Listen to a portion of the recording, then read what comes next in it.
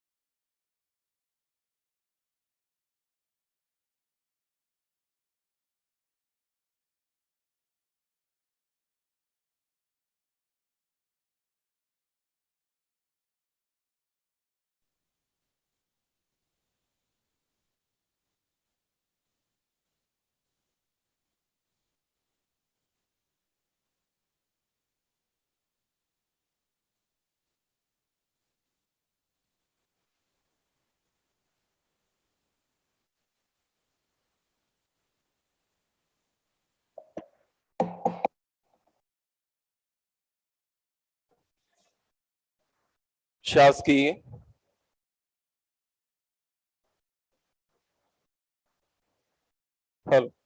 शासकीय माधव विज्ञान महाविद्यालय उज्जैन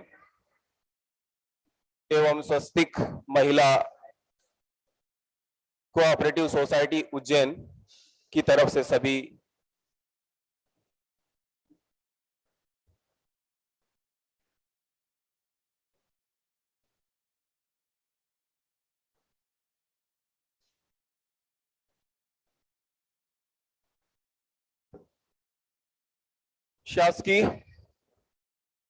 शासकीय माधव विज्ञान महाविद्यालय उज्जैन एवं स्वस्तिक महिला कोऑपरेटिव सोसाइटी उज्जैन के संयुक्त तत्वाधान में एक 3 दिवसीय कॉस्मोस मॉल में एग्जीबिशन का आयोजन किया जा रहा है, जिसमें यहां पर हैंडीक्राफ्ट्स माने जो हैंडमेड आर्टिकल्स होते हैं उनका यहां पर एग्जीबिशन लगाया गया है।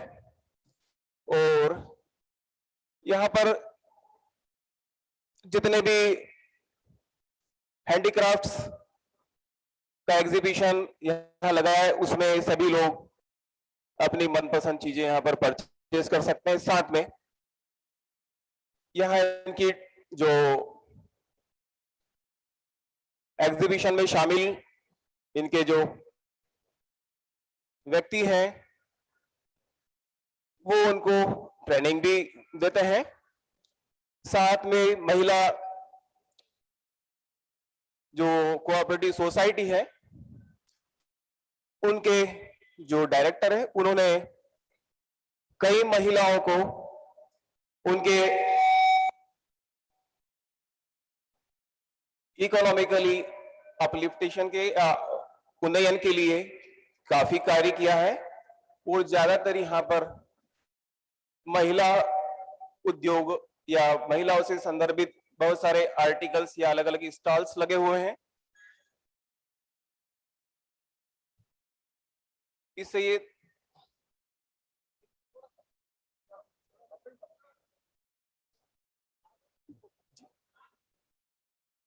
तो यहाँ पर जितने भी स्टॉल्स लगे हैं, ज्यादातर यहाँ पर जो हमारे महिला हैं उन स्टॉल्स पर बैठे हैं और बहुत सारे विभिन्न प्रकार के जो आर्टिकल्स हैं, जो बायोडिग्रेडेबल आर्टिकल्स है वो भी यहाँ पर रखे हुए हैं।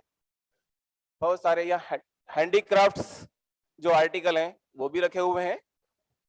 इस शॉपिंग मॉल में जो भी आगंतुक है वो सभी यहाँ पर अलग अलग स्टॉल्स पर घूम करके अपनी मनपसंद चीजों को यहाँ परचेस करें या परचेस कर सकते हैं। ये जो आयोजन है शासकीय माधव विज्ञान महाविद्यालय और स्वस्तिक महिला कोऑपरेटिव सोसाइटी दोनों के संयुक्त तत्वाधान में आयोजित किया जा रहा है। इस कार्यक्रम का उद्घाटन करने माननीय हमारे उच्च शिक्षा मंत्री महोदय डॉक्टर मोहन यादव जी उसके मुख्य अतिथि महोदय रहेंगे। आशा है वो अति शीघ्र यहाँ पर पधारने वाले हैं। उसके साथ ही हमारे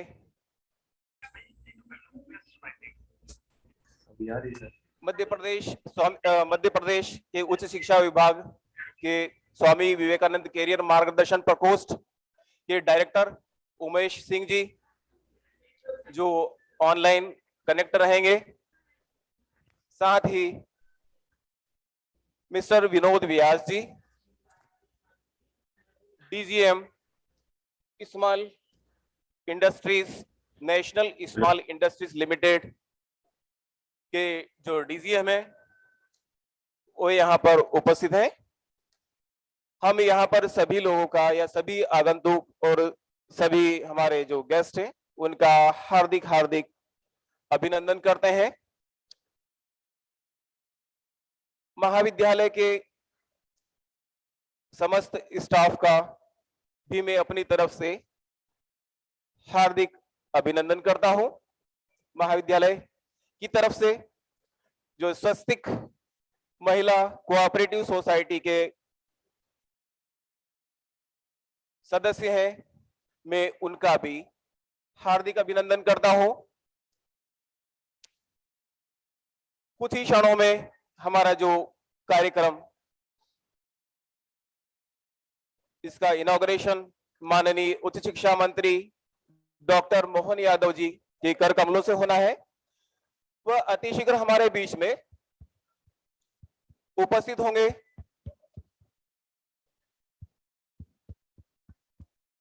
साथ ही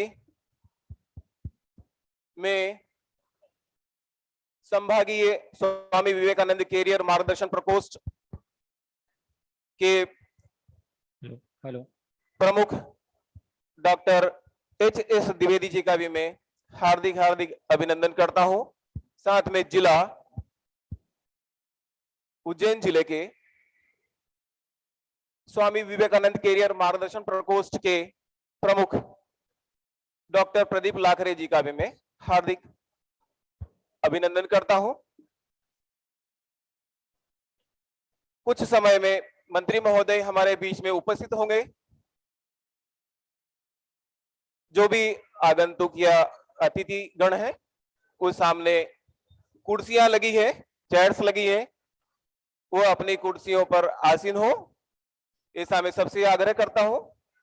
साथ ही कोरोना की गाइडलाइन का ध्यान रखते हुए हम लोग एक उचित दूरी या सोशल डिस्टेंसिंग साथ में हो सके तो सैनिटाइजर या मास्क का हम इस्तेमाल भी करें। ये चूंकि कोरोना की जो गाइडलाइन है उसके लिए हमारे लिए आवश्यक भी है। इस चीज का हम लोग विशेष ध्यान रखें। आप लोग निर्धारित स्थान पर आप बैठ जाएं और आप लोग जो यहाँ पर स्टॉल्स लगे हुए हैं आप इन स्टॉल यदि आप भ्रमण करना चाहें स्टॉल पर आप विभिन्न स्टॉल पर आप भ्रमण कर सकते हैं और जो सामग्रियां आपको क्योंकि सारी सामग्रियां हैंडमेड है चूंकि ये कॉस्मोस मॉल में यहाँ पर बहुत से लोग या नागरिक लोग विजिट करने आते हैं, इसलिए यहाँ एग्जीबिशन रखना हमारे जितने भी स्टॉल के संचालक हैं उनके लिए फायदेमंद है। साथ में हम लोगों को यानी आम नागरिकों को भी एक गुणवत्तापूर्ण अच्छी सामग्री हमें प्राप्त हो सके जो नेचुरल फ्रेंडली हो या इको फ्रेंडली हो। इसलिए आप लोग जो भी यहाँ स्टॉल पर सामग्रियां या जो भी आर्टिकल्स हैं मैक्सिमम ये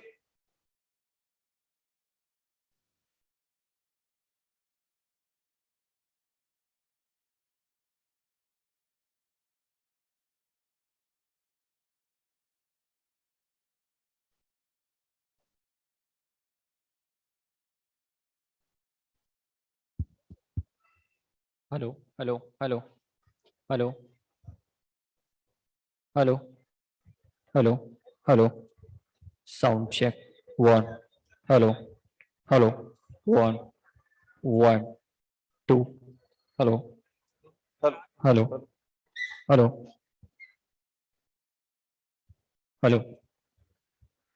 आप लोग कोविड प्रोटोकॉल हेलो। का ध्यान रखते हुए हेलो मास्क और एक उचित दूरी का भी आप जरूर ध्यान रखिएगा स्टॉल पर घूमते हुए भी। और जहां आप बैठते हैं अपनी जो चेयर्स है उसको भी एक उचित दूरी पर ध्यान रखिएगा।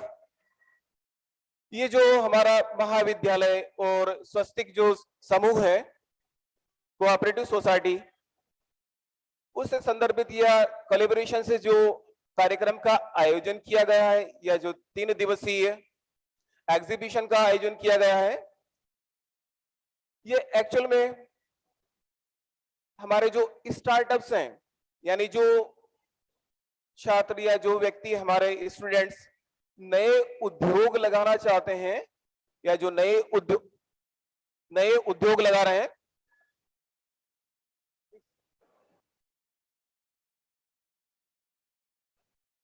हेलो हेलो ये जो हमारे छात्र लोग या हमारे कॉलेज के स्टूडेंट्स जो उद्योग लगाना चाहते हैं उसके लिए भी हमारे यहाँ हमारे जो महाविद्यालय का Swami Vivekananda career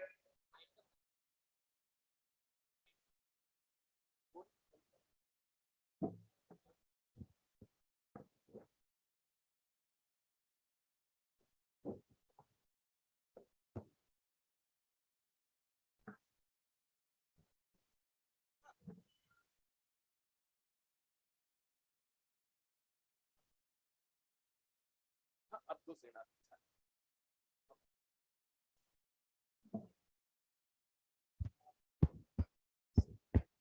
hello hello स्वस्तिक महिला उद्योग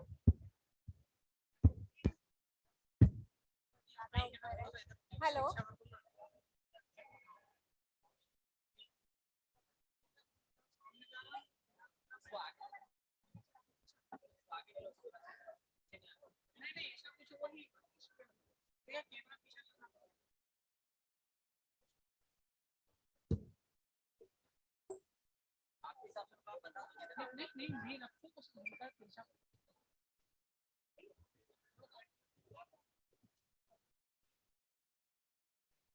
हेलो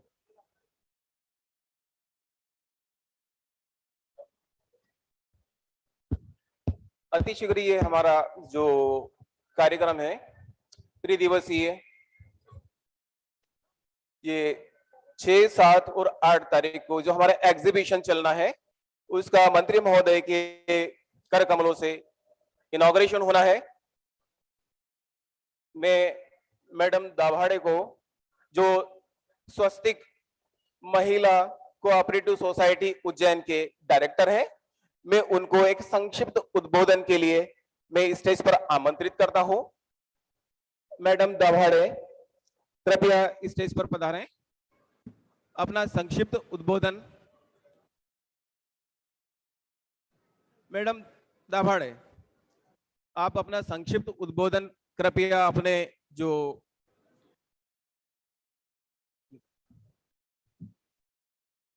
धन्यवाद सर। मैं स्वास्तिक महिला उद्योग सहकारी समिति की ओर से आप सभी का सादर अभिनंदन करती हूँ। और अभी हमारे मंत्री सर को आने में थोड़ा सा वक्त है, 20-25 मिनट का, तो हम लोग चाहते हैं कि उस समय का सदुपयोग करते हुए हम श्रीमती सलूजा मैडम, जो कि अपना बहुत इम्पोर्टेंट का समय हमें देने के लिए आई हैं,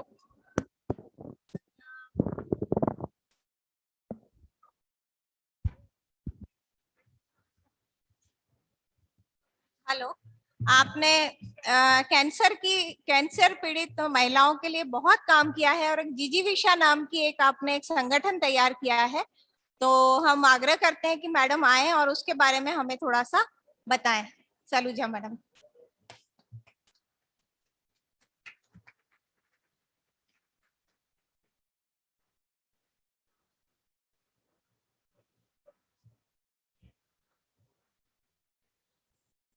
स्वास्तिक महिला समिति के डायरेक्टर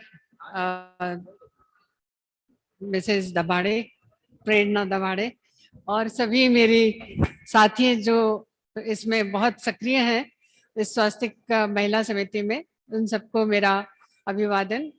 और जितने भी महिलाओं ने और लोगों ने यहाँ स्टॉल्स लगाए, उनको मैं बधाई देना चाहूंगी कि आप लोग अपना जो हस्तशिल्प अपना जो बना रहे हैं, अपने कार्य को आप इस तरह से प्रदर्शनी के माध्यम से लोगों को एक प्रेरणा देते हैं कि दूसरे लोग भी इस तरह के कार्यों में आप सम्मिलित हो। और इस तरह की एग्जीबिशन से न केवल दूसरी महिलाओं को प्रेरणा मिलती है, बल्कि एक अपना एक जो कॉन्फिडेंस आता है कि मैंने बनाया और मेरी सेल हुई, मुझे उससे कुछ लाभ मिला।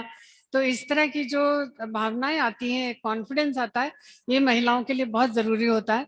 तो इस तरह की एग्जीबिशंस लगाने के लिए आप सभी को बहुत बहुत बधाई। जहाँ तक कैंसर जिजीविषा का वो है, तो मेरी संस्था में महिलाओं के लिए कैंसर के बारे में जागरूक करना और जिन महिलाओं को कैंसर हो गया है उनके लिए उपचार किस तरह से किया जा सकता है, कहाँ उनको बेस्ट उपचार मिलेगा, और जहाँ जरूरी होता है, जहाँ फाइनेंशियल प्रॉब्लम्स आती है, तो सरकार द्वारा जो ऐसी योजनाएं हैं जहाँ से उनको कुछ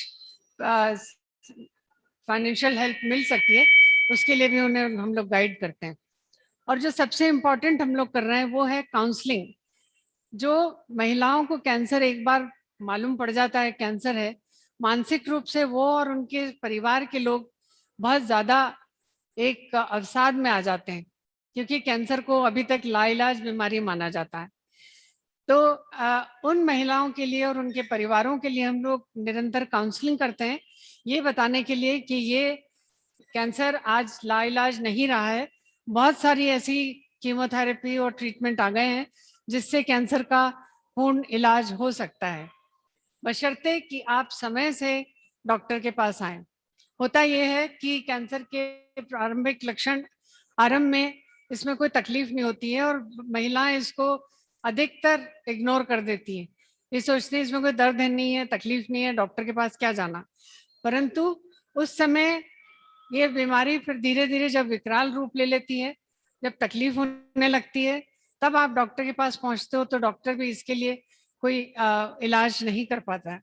तो मैं जागरूकता के लिए कई प्रोग्राम्स करती रहती हूँ और महिलाओं को इस चीज के लिए अवेयर करती हूँ कि कोई भी शरीर में ऐसी चीज आपको दिखे जो नॉर्मल नहीं है, तो उसके लिए डॉक्टर्स के पास जरूर जाएं। एक बार अपना इन्वेस्टिगेशंस करवा लें, ये पता लग जाए कि ये कोई भयंकर बीमारी नहीं है या कैंसर रोग नहीं है, तो कोई बात नहीं। पर अगर आप उस बीमारी के ऊपर कई समय तक वेट करते रहते हैं कि अभी कोई तकलीफ नहीं है, डॉक्टर के पास क्या जाना, तो वो चीज मत करें। जितनी जल्दी हो सके कोई भी ऐसी चीज, कोई भी ऐसा सिम्टम आपको लगा जो कि नॉर्मल से अलग है, तो डॉक्टर से जरूर दिखा के एक बार उसका टेस्ट जरूर करवा लें कि ये कोई घातक बीमारी तो नहीं है। तो इस तरह के अवेयरनेस प्रोग्राम्स हम लोग जगह जगह करते हैं संस्थाओं में जाके, ताकि लोगों को ये पता रहे कि प्रारंभिक लक्षण महिलाओं में कैंसर के लिए क्या होते हैं और उसको किस तरह से हमें उनका ध्यान रखना चाहिए और डॉक्टर्स के पास जाना चाहिए। और काउंसलिंग भी बहुत जरूरी है। एक बार कैंसर हो जाता है तो जो भी आपका उपचार है डॉक्टर्स का, वो आप बंद मत करिए। देखिए, लोगों को ऐसा लगता है कीमोथेरेपी बहुत तकलीफ देती है, वो उस इलाज से तकलीफ होगी तो हम घरेलू इलाज कर लें, क्योंकि हमारे जो समाज है उसमें रायचंद बहुत होते हैं ये बताने के लिए, अच्छा ये है होम्योपैथिक से हो जाएगा, आयुर्वेदिक से हो जाएगा, पेड़ को हाथ लगाने से हो जाएगा। ये इस तरह की बातों में मत आए। जो भी आपको समस्या है, जो डॉक्टर आपको इलाज बता रहा है, उसे जरूर फॉलो करें। और मैं आपको विश्वास दिला सकती हूँ, अगर आप डॉक्टर्स का इलाज पूरी तरह से फॉलो करेंगे तो आपको कैंसर से हमेशा से छुटकारा मिल जाएगा। और ये बातें मैं ऐसे नहीं कह रही हूँ, मैं स्वयं एक कैंसर पेशेंट रह चुकी हूँ और मैं इस सब दौर से गुजर चुकी हूँ, इसलिए मैं ज्यादा संवेदना होती है मुझे कैंसर पेशेंट्स के लिए। और मैं चाहती हूँ कि कोई भी महिला कैंसर के लिए प्रति जागरूक न होने की वजह से अपनी जान न गंवाए। इसलिए आप सभी से अनुरोध करती हूँ कि कोई भी ऐसी समस्या हो जो आपको लगे कि नॉर्मल से अलग है, तो प्लीज आप डॉक्टर्स के पास जरूर जाएं और अपना इलाज जरूर कराएं। एक बार फिर मैं स्वास्थ्य महिला समिति की सभी पदाधिकारी और महिलाओं को बहुत बहुत बधाई देती हूँ। इसी तरह से आप लोग दूसरी महिलाओं को प्रेरणा देते रहें, उनको आगे लाते रहें, तो ये महिलाओं के लिए एक बहुत बड़ी उपलब्धि होगी। धन्यवाद। सलूजा मैडम, बहुत बहुत धन्यवाद आपको, क्योंकि महिलाओं से संदर्भित बहुत सारी बातें आपने जो चिकित्सा संबंधित है वो उनको जानकारी दी है, इसके लिए आपको धन्यवाद। इसके उपरांत में श्री विनोद व्यास जी, जो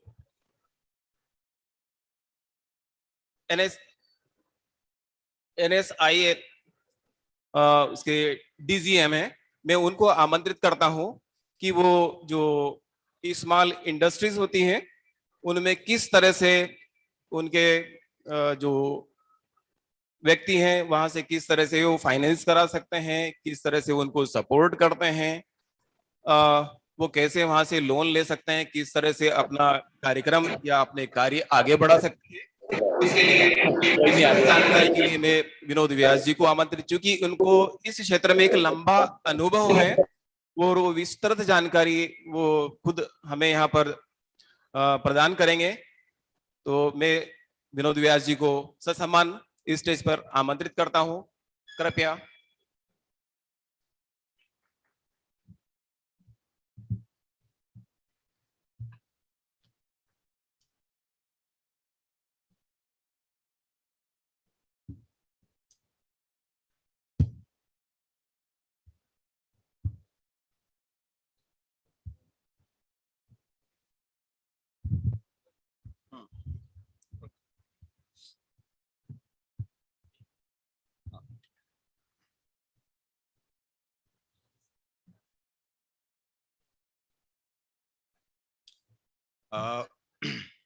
सबसे पहले मैं धन्यवाद देना चाहूंगा Madhav government Madhav science college Ujjain और साथ ही स्वास्थ्य महिला सहकारी समिति उज्जैन मिसेस प्रेरणा दबारी जी को, जिन्होंने मुझे इस कार्यक्रम में आमंत्रित किया। MSME के बारे में मैं आप लोगों को विस्तृत में बताऊंगा कि किस तरह से जो है MSME सेक्टर जो है वो इंडिया में सबसे इंपॉर्टेंट सेक्टर है आज के टाइम में। लेकिन उससे पहले मैं आपको जानकारी देना चाहूंगा कि MSME सेक्टर है क्या। पूरे भारत में आज के टाइम में सभी लोग MSME सेक्टर के बारे में बात करते हैं। तो MSME सेक्टर का मतलब है सूक्ष्म, लघु और मध्यम जो उद्यम होते हैं वो MSME सेक्टर है।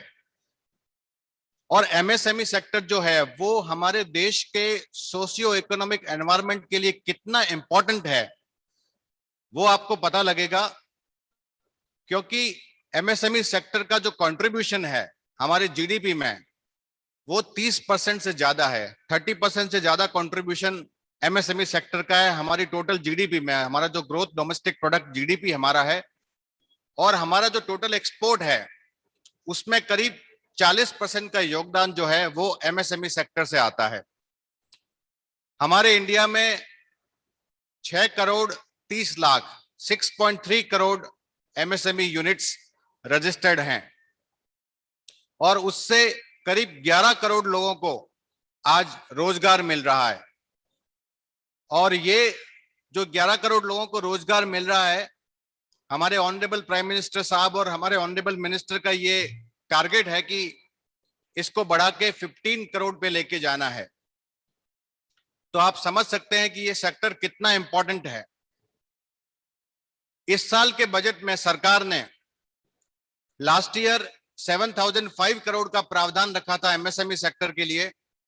इस साल सरकार ने इसको बढ़ा के दुगना कर दिया है और करीब 15,000 करोड़ का बजट का प्रावधान किया है। इससे आप समझ सकते हैं कि ये सेक्टर कितना इंपॉर्टेंट है। इसके अलावा सरकार ने करीब 3 लाख करोड़ का कोलेटरल फ्री लोन देने का इस साल का प्रावधान किया है। और साथ ही अभी जो कोरोना पेंडेमिक का जो पहला वेव आया था, उस समय सरकार ने गारंटी इमरजेंसी क्रेडिट लाइन करके एक नया लॉन्च किया था प्रोग्राम, जिसमें 10,000 करोड़ का प्रावधान किया था। तो आप समझ सकते हैं कि कितना इंपॉर्टेंट है। अब मैं बात करूंगा एमएसएमई मंत्रालय की, एमएसएमई मिनिस्ट्री की, जहां से मैं ताल्लुक रखता हूं, जहां से मैं बिलोंग करता हूं। एमएसएमई मिनिस्ट्री की 4 स्टैट्यूटरी बॉडीज हैं। National small industries corporation limited, एक ये स्टैट्यूटरी बॉडी है। दूसरा है khadi and village industries commission, KVIC, ये दूसरा बॉडी है जो कि मुख्यतः ग्रामीण इलाकों में और खादी से रिलेटेड जो एंटरप्रेन्योर्स हैं उनके डेवलपमेंट के लिए काम करता है। तीसरा जो स्टैट्यूटरी बॉडी है वो है coir board India. Coir board India जो है वो कॉयर से रिलेटेड और जिन लोगों को रोजगार नहीं है उनको रोजगार प्रदान करने के लिए विभिन्न प्रकार की जो स्कीम्स है उसको चलाता है। और चौथा जो बॉडी है वो है national institute of MSME, NIMSME, जो कि एंटरप्रेन्योरशिप डेवलपमेंट के लिए काम करता है। तो ये 4 प्रमुख जो है संस्थाएं हैं एमएसएमई के अंतर्गत, जिसमें विभिन्न प्रकार की स्कीमें जो है एमएसएमई की वो संचालित होती हैं। नेशनल स्मॉल इंडस्ट्रीज कॉरपोरेशन, जहां से मैं बिलोंग करता हूं, हमारे पूरे भारत में 84 शाखाएं हैं, जिसके थ्रू हम जो हमारी स्कीम्स है mainly to promote aid and foster of MSME sector. MSME sector को मार्केटिंग फील्ड में, फाइनेंस फील्ड में और टेक्नोलॉजिकल सपोर्ट देने के लिए हम लोग विभिन्न प्रकार की स्कीमें चलाते हैं। हमारी जो स्कीम्स है वो स्कीम्स हर स्टेट में, हर डिस्ट्रिक्ट में, हर विलेज में पहुंचे, इसके लिए हम लोग समय समय पर विभिन्न प्रकार के कार्यक्रम करते हैं, अवेयरनेस कैंपेन करते हैं, बायर सेलर मीट करते हैं, बहुत सारी इवेंट ऑर्गेनाइज करते हैं, जिससे कि हम ज्यादा से ज्यादा लोगों को इन स्कीम्स के बारे में अवेयर करवाएं। एनएसआईसी की कुछ प्रमुख स्कीम्स है जिनके बारे में मैं बात करना चाहूंगा, जो कि आपके लिए बहुत इंपॉर्टेंट भी है। सबसे पहले मैं बात करूंगा मार्केटिंग स्कीम्स की, क्योंकि आज के टाइम में सबसे बड़ा जो कंसर्न है, जो सबसे बड़ा प्रॉब्लम है, वो है मार्केटिंग ऑफ प्रोडक्ट्स। तो मार्केटिंग ऑफ प्रोडक्ट्स में सबसे पहले मैं बात करूंगा, हमारा एक स्कीम है कंसोर्शिया एंड टेंडर मार्केटिंग। आज सभी उद्यमी ये चाहते हैं कि हम गवर्नमेंट सेक्टर में जो गवर्नमेंट की खरीद होती है उसमें पार्टिसिपेट करें, हमें भी गवर्नमेंट के टेंडर मिले, जिससे हमें एक रेगुलर बिजनेस मिले, हमारा ब्रांड नेम बने और हम ज्यादा से ज्यादा जो है अपने प्रोडक्ट को पूरे देश में पहुंचाएं। लेकिन जितने भी एमएसएमई एंटरप्रेन्योर हैं ज्यादातर ये इच्छा तो रखते हैं कि वो गवर्नमेंट टेंडर में पार्टिसिपेट करें, लेकिन उनको मौका नहीं मिल पाता है। इसका कारण है कि उनका जो स्केल है वो उतना बड़ा नहीं होता। नॉर्मली गवर्नमेंट सेक्टर में जो टेंडर्स होते हैं वो करोड़्स में या उनकी क्वांटिटी थाउजेंड्स एंड लैक्स में होती है। एमएसएमई सेक्टर के लिए उसको कैटर करना उतना आसान नहीं होता। इसको ध्यान में रखते हुए हमने एक स्कीम को लॉन्च किया है, कंसोर्शिया एंड टेंडर मार्केटिंग, जिसमें हम लोग जो है सिमिलर प्रोडक्ट बनाने वाली जो एमएसएमईज हैं उनको एक प्लेटफॉर्म पे लेके आते हैं, उनका एक ग्रुप बनाते हैं और फिर हम लोग उनके बिहाफ पे टेंडर में पार्टिसिपेट करते हैं। जब टेंडर हमको अवार्ड हो जाता है उसके बाद में हम लोग वो टेंडर का जो क्वांटिटी होता है, जो वैल्यू होता है, एज पर देयर कैपेसिटी हम उनमें डिस्ट्रीब्यूट कर देते हैं। इस तरह से एमएसएमई को टेंडर में, गवर्नमेंट टेंडर में पार्टिसिपेट करने का एक अवसर मिलता है, एक्सपीरियंस मिलता है, क्रेडिबिलिटी उनकी बनती है और उनका अपना एक जो है प्रोडक्ट सेलिंग का और मार्केटिंग का एक जो है उनको प्लेटफॉर्म मिलता है। इस स्कीम में पार्टिसिपेट करने के लिए बहुत ज्यादा कोई कॉम्प्लिकेशंस नहीं है, बहुत इजी है, बहुत आसान है। आपको उद्यम रजिस्ट्रेशन करवाना है और एनएसआईसी ऑफिस में आपको कांटेक्ट करना है। तो उद्यम रजिस्ट्रेशन के बारे में मैं बाद में बात करूंगा, सबसे जरूरी है, उसको एमएसएमई रजिस्ट्रेशन भी बोलते हैं। पहले मैं एनएसआईसी की स्कीम्स के बारे में बात कर लेता हूं। तो मैंने आपको जैसे बताया कि आपको डायरेक्ट टेंडर में पार्टिसिपेट करने की जरूरत नहीं है, आपके बिहाफ पे एनएसआईसी पार्टिसिपेट करेगा और जब आपको टेंडर मिलेगा उसके बाद में आपको एनएसआईसी एज इट इज जो टेंडर है वो आपको प्रोवाइड करा देगा। दूसरा जो हमारा मार्केटिंग का स्कीम है वो अपने आप में बहुत ही यूनिक स्कीम है। जब भी आप किसी टेंडर में पार्टिसिपेट करते हैं तो आपको चैलेंज आता है अर्नेस्ट मनी डिपॉजिट का, कि ईएमडी जो है वो कई बार 10 लाख, 20 लाख, 25 लाख रुपए तक भी होती है, जो कि एक एमएसएमई उद्यमी के लिए बहुत बड़ा चैलेंज है। उस चैलेंज को एनकाउंटर करने के लिए हमारा स्कीम है सिंगल पॉइंट रजिस्ट्रेशन स्कीम, जिसके तहत हम एक सर्टिफिकेट इश्यू करते हैं और आपको किसी भी गवर्नमेंट टेंडर में आप पार्टिसिपेट करते हैं तो आपको ईएमडी में वेवर मिलता है, tender sets free of cost मिलता है और साथ ही वो सर्टिफिकेट हम लोग proper technical, qualitative and financial analysis करने के बाद में देते हैं। इसलिए आपको हमेशा किसी भी टेंडर में आपको प्रेफरेंस मिलेगा। कई सारी ऐसे गवर्नमेंट की एजेंसीज भी है जहां पे आप अगर टेंडर में पार्टिसिपेट करना चाहते हैं तो उसमें लिखा होता है कि NSIC registered unit will get preference. NSIC registered unit को हमेशा प्रेफरेंस मिलेगा, ऐसा बहुत जगह लिखा होता है। बहुत जगह ऐसा होता है कि एनएसआईसी रजिस्टर्ड यूनिट होना जरूरी है, तभी आप टेंडर में पार्टिसिपेट कर पाएंगे। तो इसके लिए हमारा ये जो स्कीम है, ये पहला दो जो स्कीम मैंने बात किया, ये दोनों गवर्नमेंट टेंडर में पार्टिसिपेट करने के रिलेटेड है। तीसरा जो हमारा स्कीम है वो है इंफोमीडियरी सर्विसेज। आज के जमाने में अगर आपको अपने प्रोडक्ट को मार्केटिंग करना है तो सबसे आसान है कि आप किसी भी प्लेटफॉर्म पे चले जाएं, चाहे वो फ्लिपकार्ट है, चाहे वो अमेज़न है, चाहे अलीबाबा। उस प्लेटफॉर्म पे जाके अपने प्रोडक्ट की पिक्चर क्लिक करके आपको वहां पे अपलोड करनी है और उसके बाद में आप अपना प्रोडक्ट सेल कर सकते हो। उसी तरीके से हमने भी जो है एक प्लेटफॉर्म डेवलप किया है अपने एमएसएमई एंटरप्रेन्योर्स के लिए। इस प्लेटफॉर्म को हम लोग बोलते हैं एमएसएमई मार्ट। ये एक B2B यानी कि बिजनेस टू बिजनेस प्लेटफॉर्म है, जहां पे हम लोग बायर और सेलर को कनेक्ट करते हैं। आप लोगों ने नाम सुना होगा इंडिया मार्ट का, उसी तरीके से ये प्लेटफॉर्म काम करता है। आप वहां पे रजिस्टर होंगे, उसके बाद आपको अगर आपको बायर्स देखने हैं पूरे इंडिया में, मेरे प्रोडक्ट के कौन कौन बायर है, सबका डिटेल आपको वहां पे मिलेगा।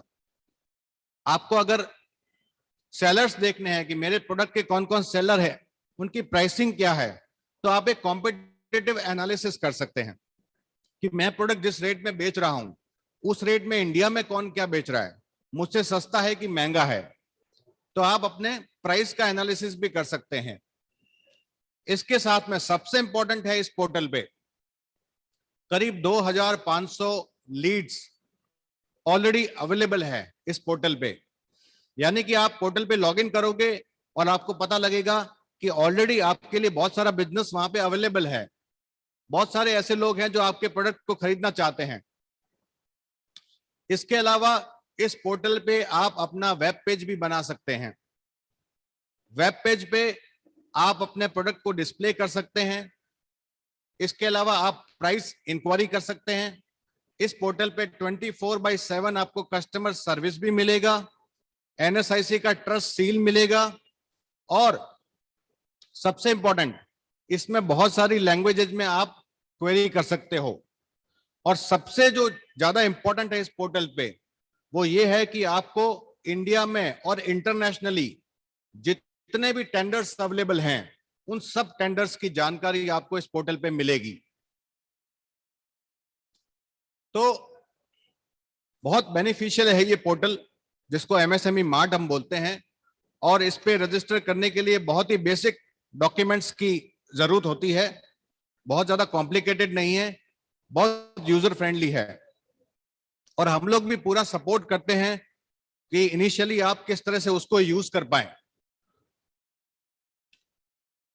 मैं बात कर रहा था NSIC के प्रोमिनेंट स्कीम्स के बारे में।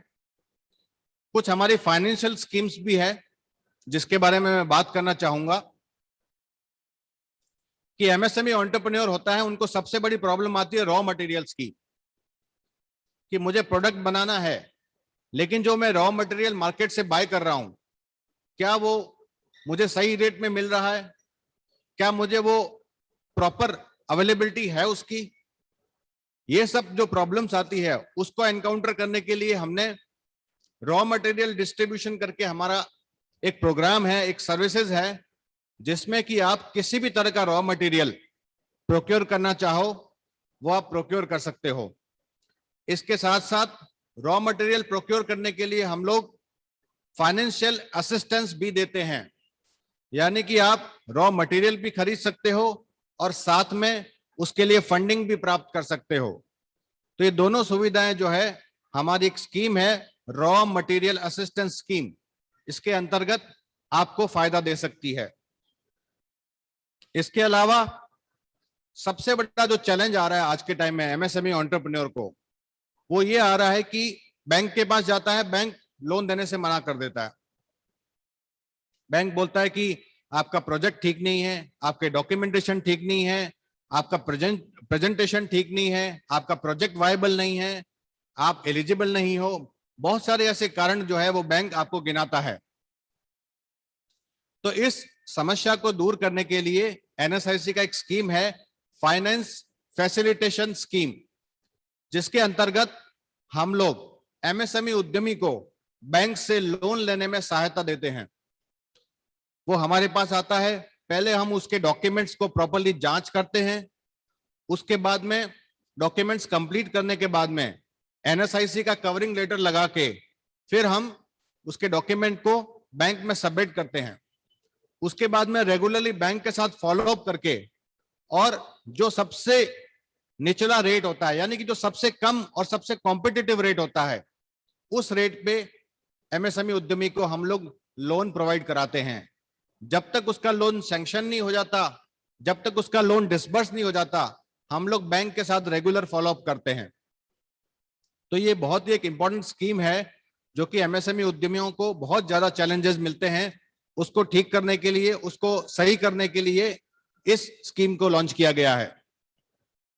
इसके अलावा एक और बहुत बड़ा प्रॉब्लम है MSME उद्यमी के लिए कि आपने जो है अपने सप्लायर को, जो आपसे बाय करता है,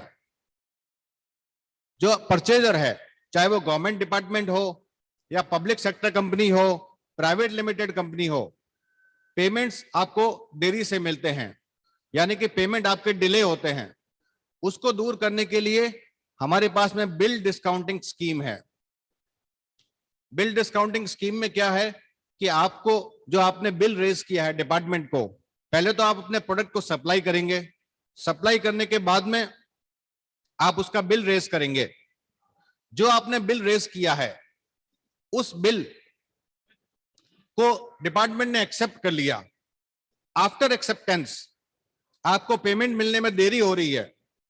सर आगे क्या? माननीय हमारे मुख्य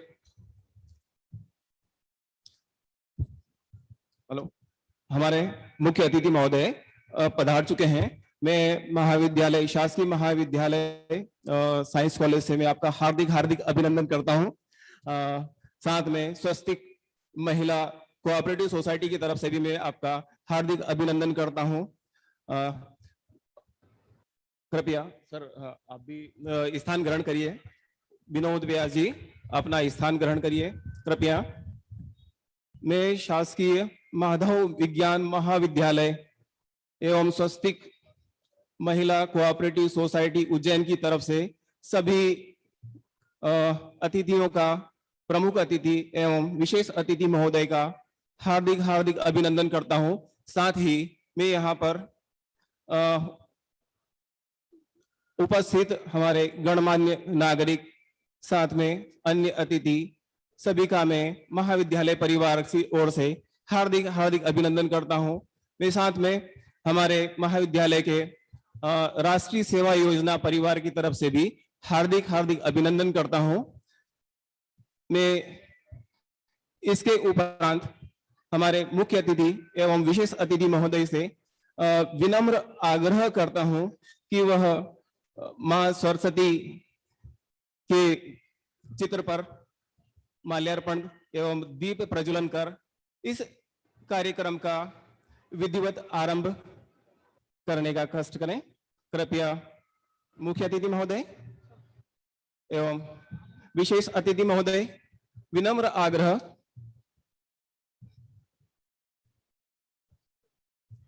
साथ में स्वस्तिक महिला कोऑपरेटिव सोसाइटी के मैडम दाभाड़े, कृपया मैडम सलूजा आप भी कृपया पधारें।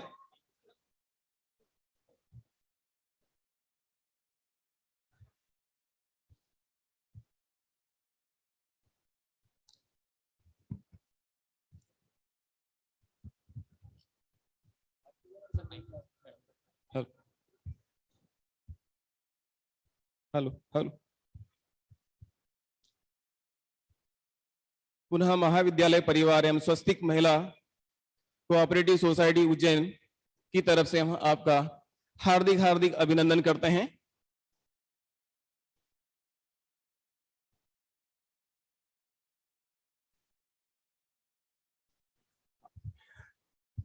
इसी के उपरांत, इसी के साथ में मैं सरस्वती वंदना के लिए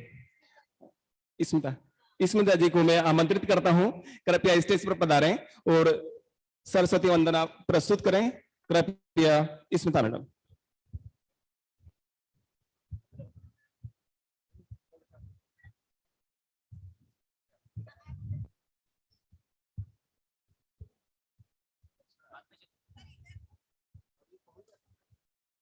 हे शारदे माँ, हे शारदे माँ, अज्ञानता से हमें तार दे माँ।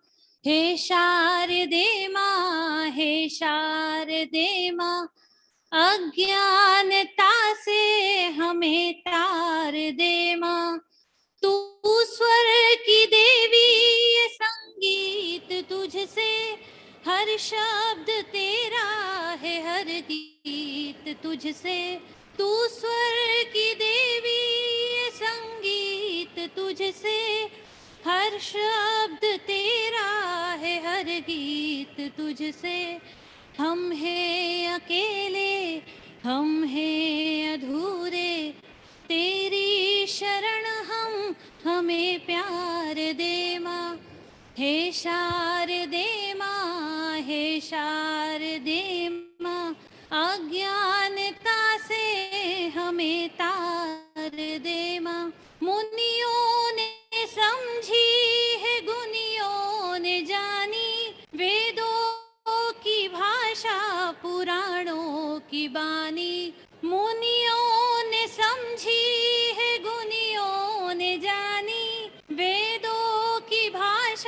पुराणों की बानी, हम भी तो समझे, हम भी तो जाने, विद्या का हमको अधिकार दे माँ।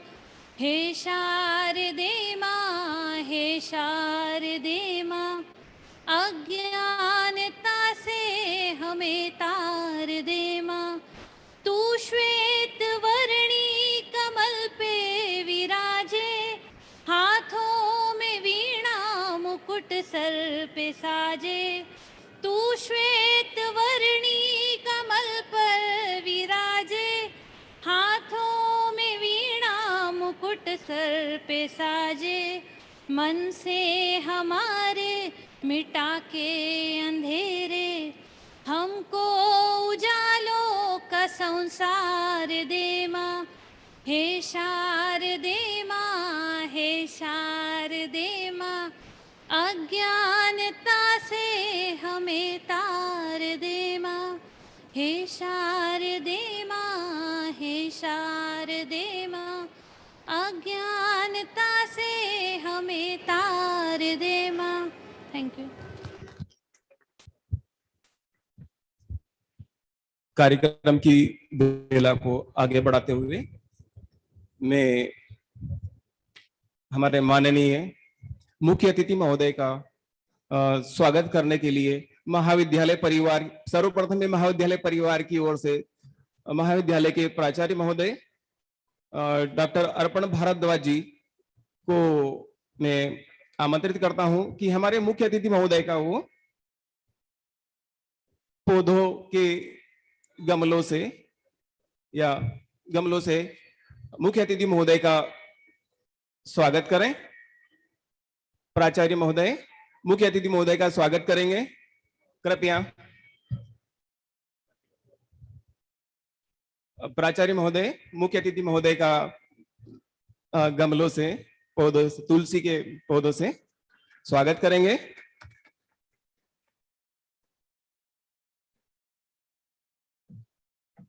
इसके उपरांत मैं स्वस्तिक महिला कोऑपरेटिव सोसाइटी उज्जैन की तरफ से मैं मैडम दाभाड़े को आमंत्रित करता हूं कि वह मुख्य अतिथि महोदय का तुलसी के पौधों से स्वागत करें।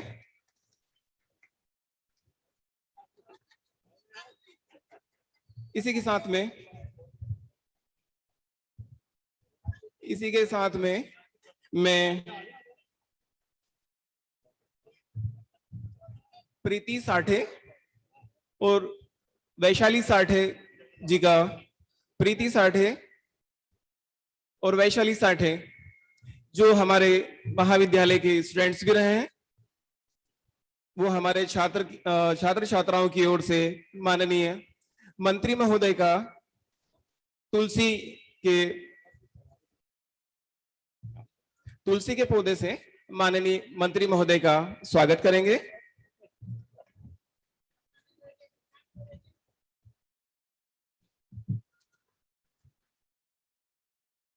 इसी के उपरांत में शासकीय माधव विज्ञान महाविद्यालय के बॉटनी डिपार्टमेंट के head of the department doctor H S. Dwivedi ji को मैं आमंत्रित करता हूं। मैं एच.एस. द्विवेदी जी को आमंत्रित करता हूं कि वे श्री विनोद व्यास जी का स्वागत करेंगे। श्री विनोद व्यास जी का स्वागत। श्री एच.एस. द्विवेदी जी विनोद व्यास जी का स्वागत करेंगे।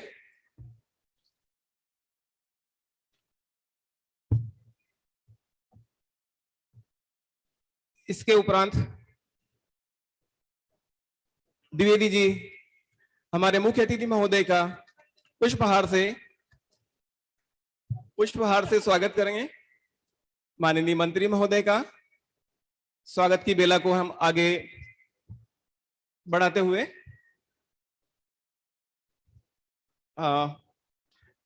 मैडम सलूजा हमारे मुख्य अतिथि महोदय विशेष अतिथि महोदय का स्वागत करेंगे मैडम सलूजा। विशेष अतिथि महोदय का स्वागत करेंगे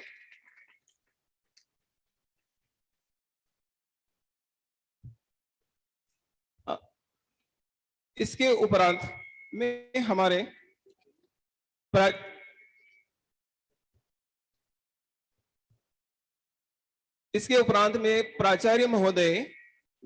प्राचार्य महोदय को स्वागत उद्बोधन हेतु में आमंत्रित करता हूं। प्राचार्य महोदय कृपया मंच पर पधारें और स्वागत उद्बोधन प्रस्तुत करें प्लीज।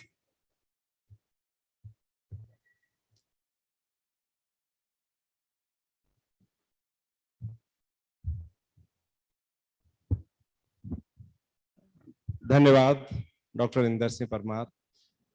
माननीय मंत्री जी, उच्च शिक्षा मध्य प्रदेश शासन भोपाल, आदरणीय व्यास जी, और श्रद्धेय कहूँ, पूज्य कहूँ, उज्जैन की पहचान कहूँ, जिजीविषा जिसका नाम वे देती हैं, जीने की इच्छा, जीने की उत्कट संघर्ष की कहानी जो बनाती हैं, ऐसी डॉक्टर सलूजा, डॉक्टर आदरणीय श्रीमती प्रतिभा दाभाड़े जी और सभा में उपस्थित सभी महानुभावों का मैं तहे दिल से स्वागत करता हूं। आज यह बिरला अवसर है, हम महाविद्यालय को, शैक्षणिक संस्थानों को, जब हम बात करते हैं कि उनको रोजगारोन्मुख होना पड़ेगा, जब उनको रोजगार प्रदाता बनना पड़ेगा, रोजगार प्राप्त करने वाला नहीं, रोजगार प्रदाता विद्यार्थियों को बनाना है, तो हमें उन्हें उन स्थानों पर ले जाना पड़ेगा जहां वे रोजगार को प्रदान कर सकेंगे, जहां वे रोजगार का सृजन कर सकेंगे। इसी धारणा से आज हम माननीय मंत्री जी की प्रेरणा से महाविद्यालय से निकलकर एक ऐसे प्रांगण में आए हैं जो रोजगार की राजधानी है नगर की। मैं कहूंगा नगर का व्यापार, नगर का व्यवसाय जिस क्षेत्र से जाना जाता है, उत्तर से दक्षिण तक और पूरब से पश्चिम तक उज्जैन का हर व्यक्ति इस स्थान को जानता है व्यापारिक प्रतिष्ठान के रूप में। यहाँ हम लोग आज एकत्रित हुए हैं।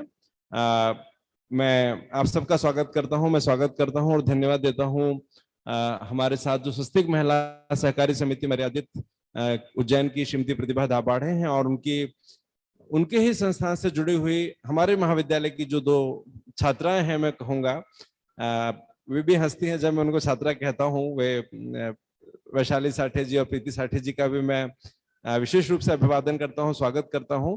उनके आने से महाविद्यालय में एक नई कहानी शुरू हुई है, ऐसा मैं विचार करता हूं।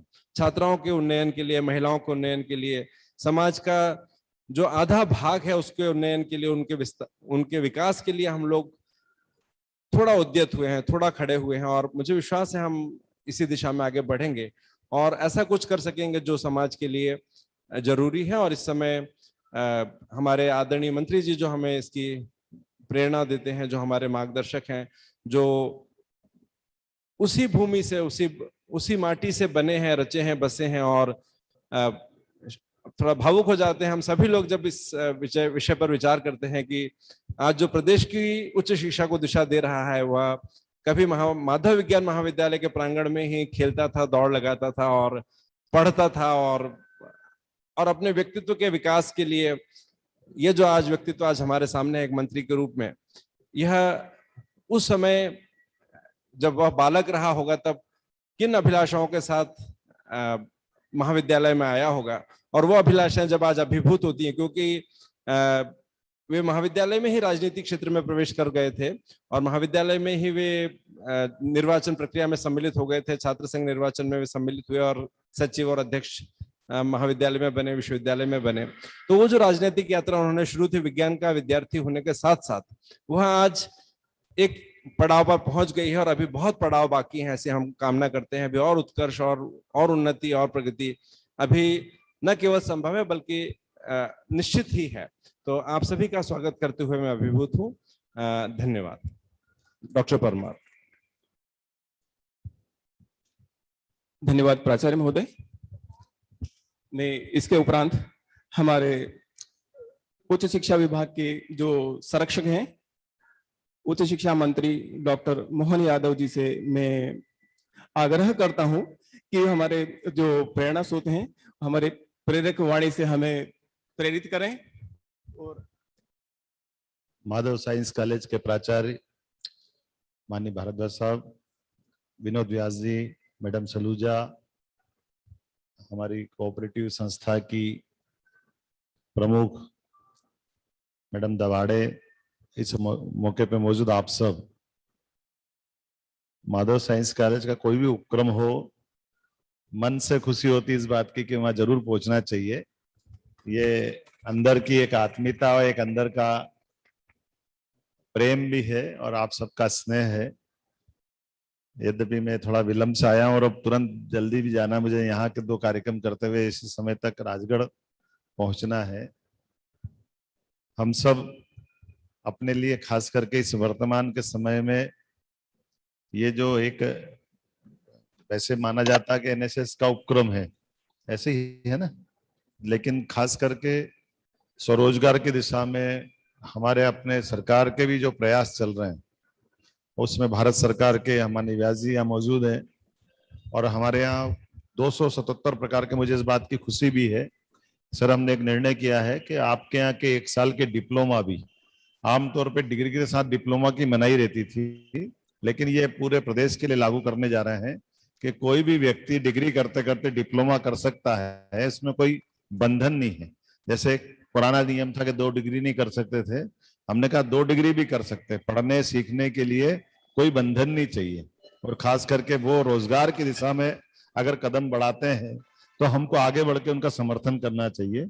इस नाते से ये जो हमारा विद्याध्ययन का समय है, ये बहुत सीमित समय होता है, ऐसे सीमित लेकिन बहुत कीमती समय का सदुपयोग करते हुए अपने लिए इस प्रकार की ललक हासिल करें, उसमें कुछ जीवन में अपने लिए टर्निंग पॉइंट रहता है कि हमारे माध्यम से वो कोई अपना स्वरोजगार का किसी प्रकार का ट्रेनिंग ले, किसी न किसी प्रकार से रोजगार के रास्ते से अपनी आगामी भावी नया जीवन जब वो प्रारंभ करने वाला है उसका मुकाम हासिल करे।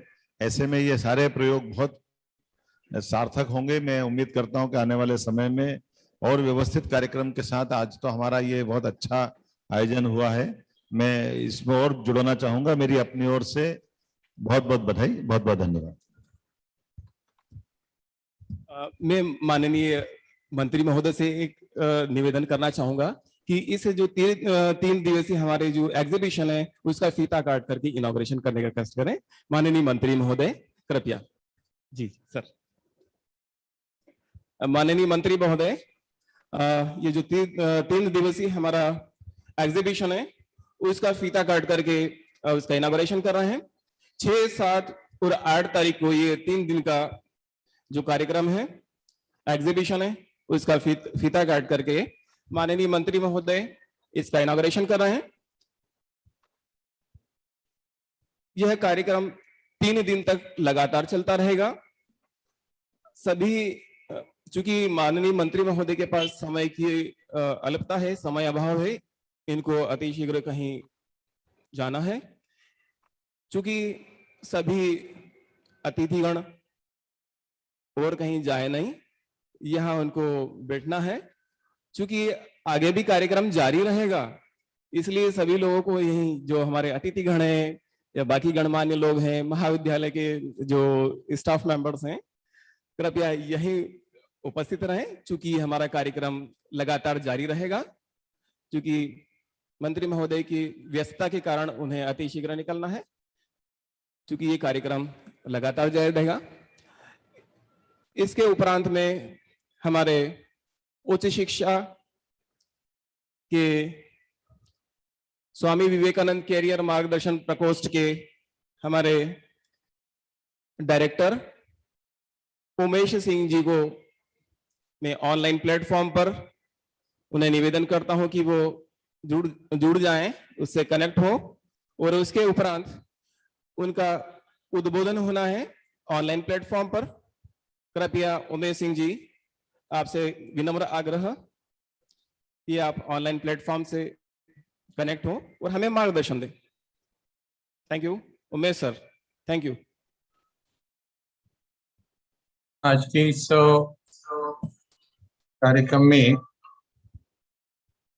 माधव महाविद्यालय में पधारे माननीय उच्च शिक्षा मंत्री डॉक्टर मोहन यादव जी, हमारे महाविद्यालय के प्राचार्य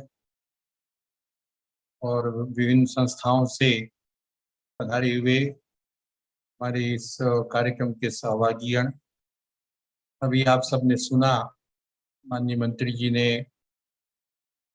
उद्बोधन दिया और से जो विषय निकल करके आया है कि प्रदेश के विद्यार्थी जिस भी प्लेटफॉर्म में जा करके स्वरोजगार और रोजगार को प्राप्त कर सकते हैं, उनको किस प्रकार का डिप्लोमा और सर्टिफिकेट पाठ्यक्रम चाहिए, ये सारी व्यवस्था माननीय मंत्री ने कहा है कि उच्च शिक्षा विभाग कर रहा है। और मैं समझता हूँ कि स्वामी विवेकानंद करियर मार्गदर्शन योजना के माध्यम से भी विभिन्न कंपनियों से संपर्क करके, उनके एचआर से संपर्क करके इस दिशा में प्रयत्न किया जा रहा है। आप सब लोग इस कार्यक्रम में सहभागिता कर रहे हैं। मुझे लगता है कि जो माननीय मंत्री जी की एक कल्पना ग्राम विकास की है और उसमें जो आगे चल करके वहाँ का विद्यार्थी स्वरोजगार करेगा, किसी प्रकार के उत्पादन करेगा, उसको एक तरह से मार्केट हम कैसे उपलब्ध करा सकते हैं। तो आज के इस कार्यक्रम से ऐसा संतोष हो रहा है कि हमारे जो विद्यार्थी स्वरोजगार और रोजगार के लिए उद्यम करेंगे और उनका जो माल तैयार होगा उसके लिए मार्केट के लिए भी हमारे पास और ऐसी संस्थाएं हैं जिनके कारण से हम उनको आगे बढ़ा सकते हैं। आज के इस कार्यक्रम में मैं आप सबको शुभकामनाएं देते हुए और अपनी अपनी वाणी को विराम देता हूं। आपने हमको बुलाया और सुना, इसके लिए बहुत बहुत धन्यवाद। नमस्कार। Hello hello hello.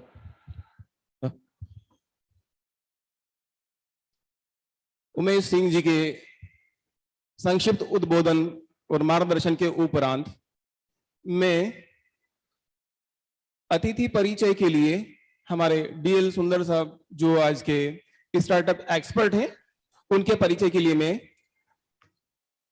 Doctor H S. Dwivedi sir को मैं स्टेज पर आमंत्रित करता हूं। कृपया वे आए और हमारे जो एक्सपर्ट हैं उनका अतिथि परिचय करवाएं। कृपया एच.एस. द्विवेदी सर।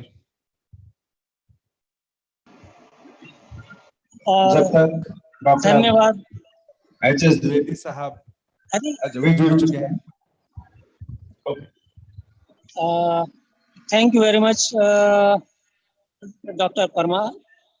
और मैं आज, चूंकि ये श्रृंखला जिस बात पर आधारित है वो है स्टार्टअप, और हमारा चाहे वो सेंट्रल गवर्नमेंट हो चाहे स्टेट गवर्नमेंट हो, आत्मनिर्भर भारत, आत्मनिर्भर मध्य प्रदेश की श्रृंखला में हम स्टार्टअप्स के ऊपर अधिक ध्यान दे रहे हैं।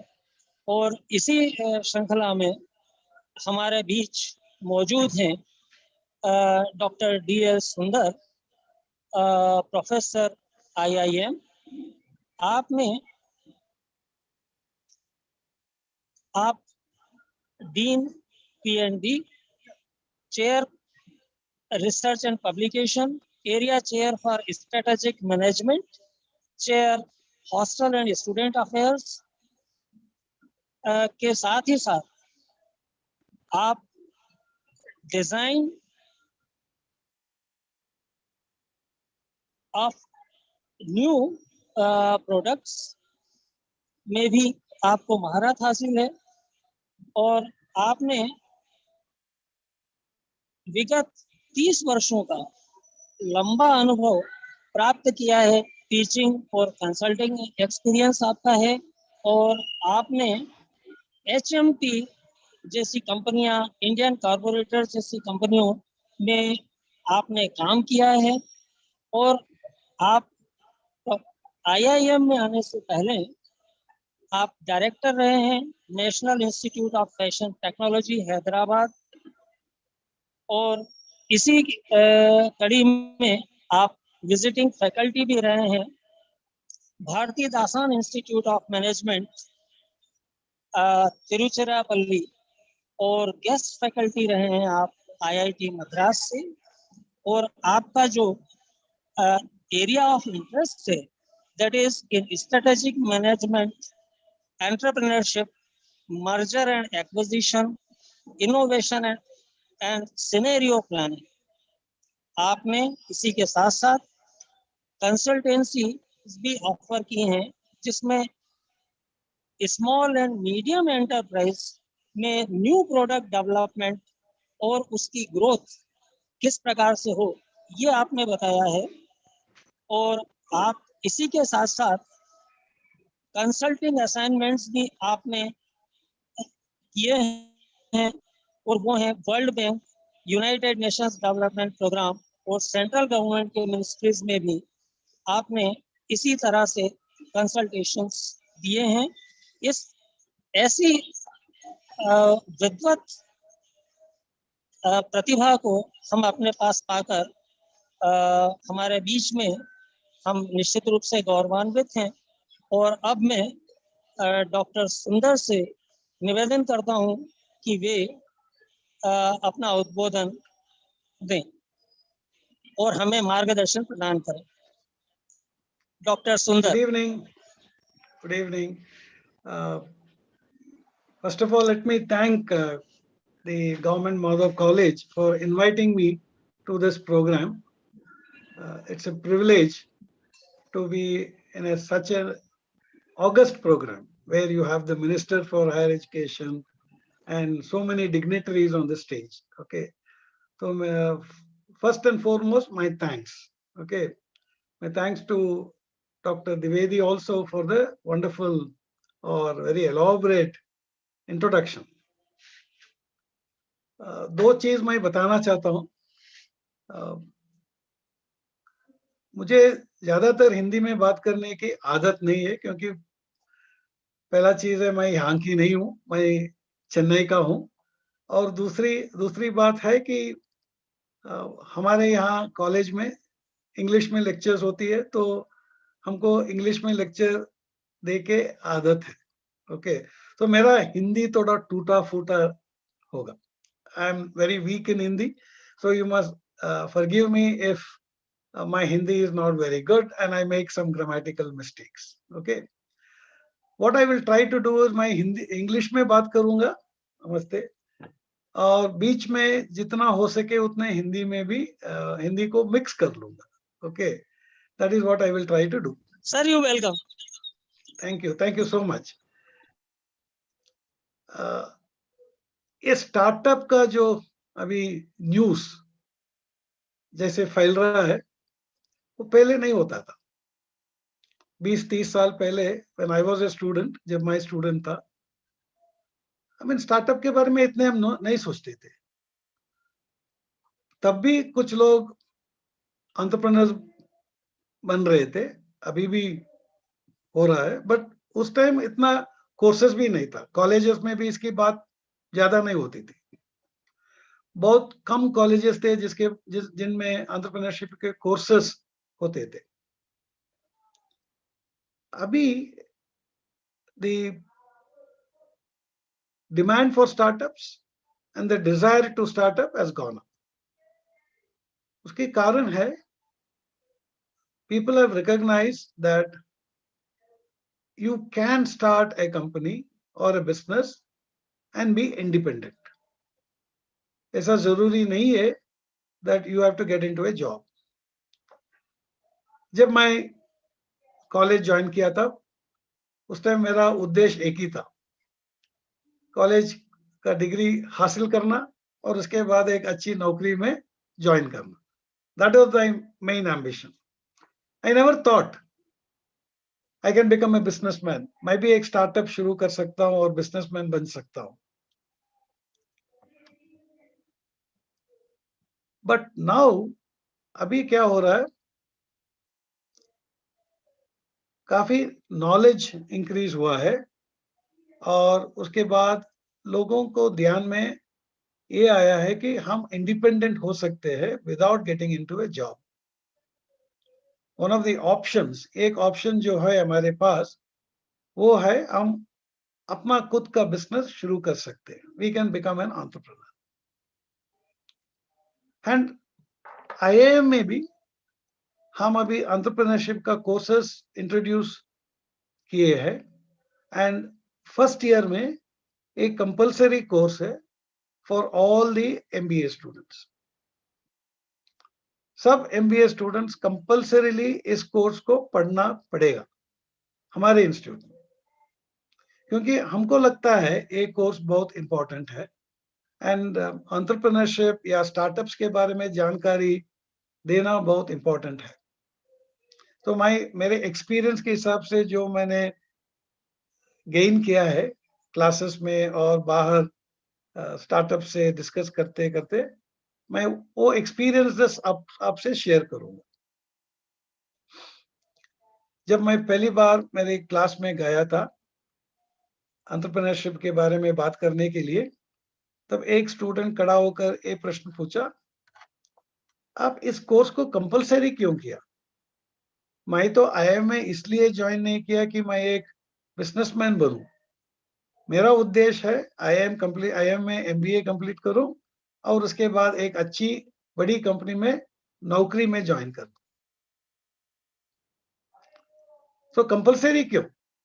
जिनको बिजनेस शुरू करना है उनके लिए एक कोर्स इलेक्टिव के रूप में आप दे सकते हैं, बट सभी के लिए कंपलसरी करने का रीजन क्या है? ये एक्चुअली बहुत अच्छा क्वेश्चन है. कोई भी देश में आप देखेंगे सब लोग एंटरप्रेन्योर्स नहीं होते. ओके, बहुत सारे लोग एम्प्लॉइज होते हैं, बहुत कम लोग एंटरप्रेन्योर्स होते हैं, 10%, 20% maximum.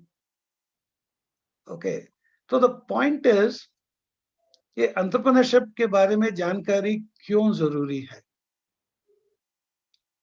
That is a very very important question.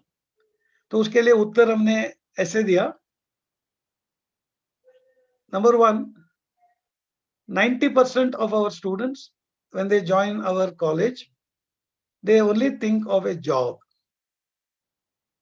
And अगर अच्छी जॉब मिल गई है तो बहुत खुश, अगर गवर्नमेंट जॉब मिल गई है और भी खुश.